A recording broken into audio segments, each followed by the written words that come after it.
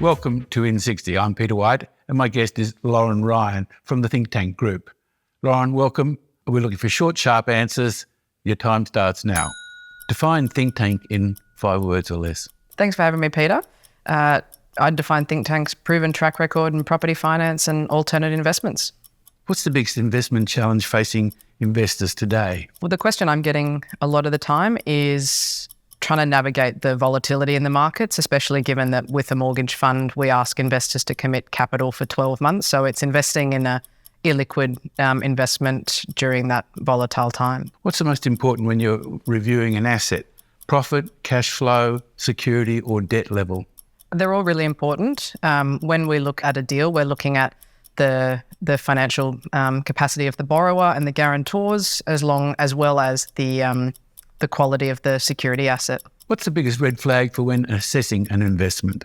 When investors are looking at an investment, I think if the party they're looking to use isn't transparent, that would be a red flag.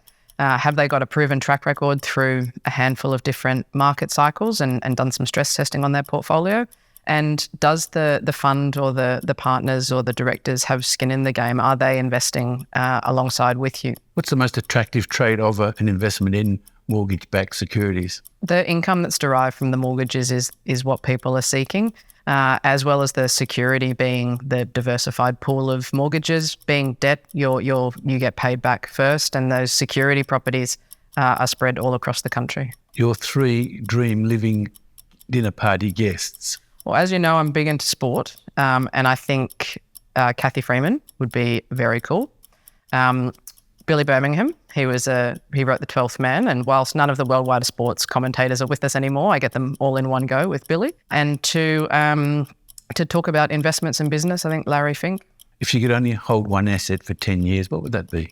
For me personally, it would be land that's got some sort of income producing asset on it or the capacity to build one. So commercial asset, resi, agri or renewables, anything that can produce income for the serviceability and the land for the long-term growth. What are the 3 drivers of returns for investors in this sector? When lenders look at borrowers, we're looking at 3 main things. The borrower themselves, so the liability of the borrower, the quality of the asset, and the equity component that the borrower is able to contribute.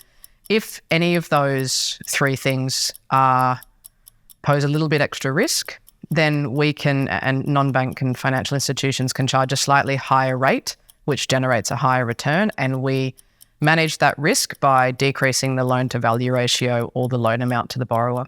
Speaking of risk, inflation, yields, recession, geopolitics, which is the biggest risk in your view, 2023? All of them pose pretty big risks at the moment, and it's a shame that we're dealing with them all at once. The recession risk is probably the biggest, and many of those other risks that you spoke about could drive recession, or recession could impact the others, but recession is probably the main one. A single piece of advice you could give your younger self looking back? I'd say once you identify your skill set, double down on it.